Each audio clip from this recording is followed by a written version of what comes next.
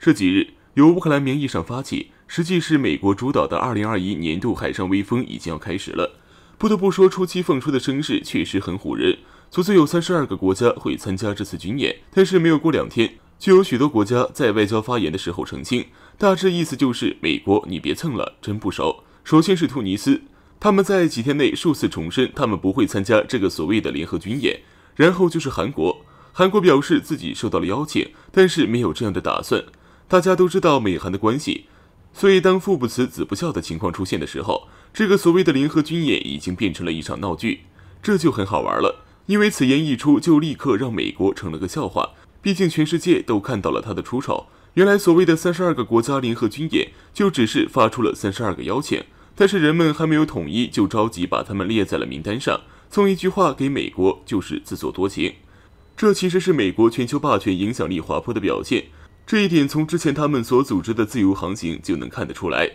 英国、法国等国已经是貌合神离，出工不出力，面对美国的任务也表现得非常敷衍，并且小心翼翼地处理着与途经国家的关系。虽然美国换了总统，但是在特朗普时期失去的那些影响力已经难以挽回，国际秩序正在进行的洗牌。据悉，就算是完全按照本来的计划，这次的军演也只会有32艘战舰，也就是说，即便所有的国家都会来，也就是每个国家平均出1艘战舰，这个数量美国一个国家都能搞定，说不定平均水平还比所谓的联合舰队要高出不少。这充分体现了其他国家只是觉得美国还是很强大，不好直接拒绝，所以随便派点人头打发一下。而这个事件中首当其冲的俄罗斯更是一语道破了美国的小心思，他们是想借此机会将武器送往乌克兰的境内，以此来加强俄罗斯与乌克兰之间的对立。但是这样的想法无疑只能恶心一下俄方，并不能真的威胁到他们什么，除非美国直接接管乌克兰方面的军事单位，并且提供大量援助。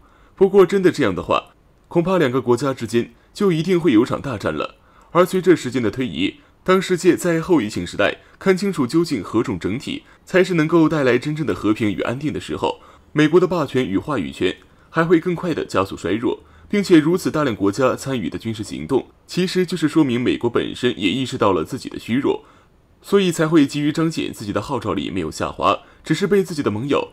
甚至是一个连阵时指挥权都没有的韩国给驳了面子，只会让他们的形象进一步的加速崩塌。只是美国的军方贪念繁重，他们需要树立敌人来保证自己的优渥生活，以至于当这件事情变成了基本国策以后，反而拖累了自己的脚步。对俄罗斯如此，对中国更是如此。正如美国智库专家所说的，应该放弃和中国的对抗，才能谋求更多的发展。可惜他们已经被自己的幻想蒙住了双眼，最后只能在不断的被打脸中变成一个事实上的笑柄。军的头上。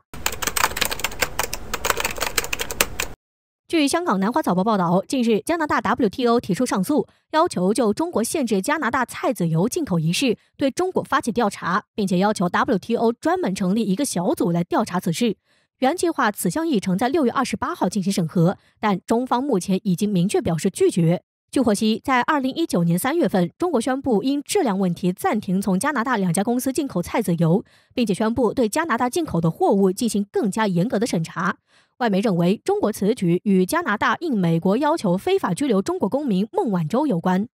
加拿大此前一直是我国进口菜籽油的主要来源。2018年，我国从加拿大进口菜籽油112.73万，占同期中国菜籽油进口总量的86.99%，并且给加拿大创造9.38亿美元的收入。2019年，因为砍掉加拿大的进口菜籽油，我国进口量大幅度下降。不过，与此同时，我国也增加了欧洲和阿联酋进口菜籽油量，以及提升国内产量来弥补缺口。然而，对于加拿大来说，菜籽油这一块失去对华市场也是损失惨重。据统计，加拿大每年产出菜籽油有至少1/4是出口到中国的。而针对加拿大菜籽油的进口，其实只是一个开端。不久之后，加拿大肉类等产品的进口同样受到限制。而加拿大本身也不是大宗商品出口国，中国市场一直以来都是加拿大主要出口地。如今被中国这一限制，加拿大的这钱袋子也开始受不了了。对于加拿大的遭遇，我们只能说这是他们自找的。就在不久前，加拿大还在联合国公然对我国新疆进行造谣，试图在国际上对中国进行抹黑。然而，加拿大的行为却遭到90多个国家的抨击，这一显摆行为最终也以被打脸收场。如今加拿大一边抹黑中国，一边又想赚中国人的钱，哪有那么容易的事情？而且在这种国际贸易上，像加拿大这样的玩双标已经不是一回两回了。西方总是以莫须有的罪名对中国企业进行各种制裁，一旦中国反击，西方马上就大诉不公，甚至向 WTO 告状。但是所谓30年河东，30年河西，过去日本在 WTO 状告中国限制稀土出口还能胜诉，但今天却不同了。中国在国际贸易中所扮演的地位已经今非昔比，尤其是中国制造的影响力正在日益提升。谁也不能否认，如今中国就是世界贸易的重要一环。我们有不怕被讹诈的底气，中方也能明确告诉加拿大人免谈。而且抛开国际贸易不谈，加拿大人似乎还不明白他们究竟是得罪了谁。对于每一个中国人而言，加拿大这样的颠倒黑白、罔顾事实的做法都是不可容忍的。既然加拿大选择伤害14亿中国人的情感，那么中国人拒绝购买加拿大的东西也是在情理之中。就算上诉 WTO 又能如何？加拿大总不能把他们的东西强买强卖给中国人吧？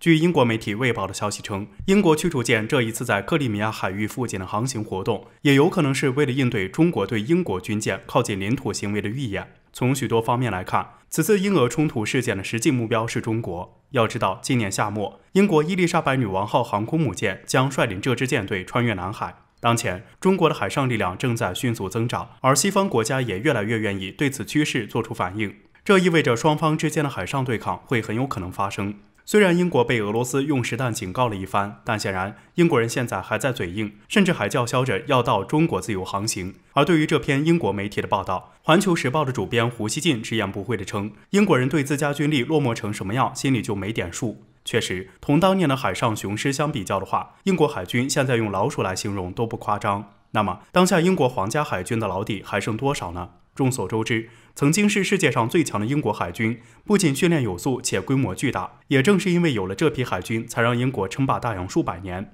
是帮助英国成为日不落帝国的关键。直到第二次世界大战爆发之前，英国海军的整体实力都还是世界第一。然而，现在英国海军的规模说出来，可能都不会有人相信。用一个段子来形容，可以说是再恰当不过了。在1910年的时候，俄罗斯海军的侦察船在发现了英国6艘驱逐舰出港后，当即报告称英国海军正进行例行训练。而在2021年，当侦察船发现6艘驱逐舰出港，则是报告英国海军倾巢出动。听起来这条段子是挺夸张的，但是这倒也是当下英国海军的真实反应。因为英国海军的主力驱逐舰除了这6艘4-5型驱逐舰之外，还有13艘护卫舰，所以此次俄罗斯海军实弹对英国海军做出警告这一事，用英国海军顺道执行、自取其辱的任务来形容，那简直再合适不过了。需要注意的是，以上终归是调侃之言，从现实来看，现在的英国海军尽管相对实力大不如前，但在海军这一军中要求越来越高的前提下，如今这点家底的英国海军称其是二流角色，那还是不为过的。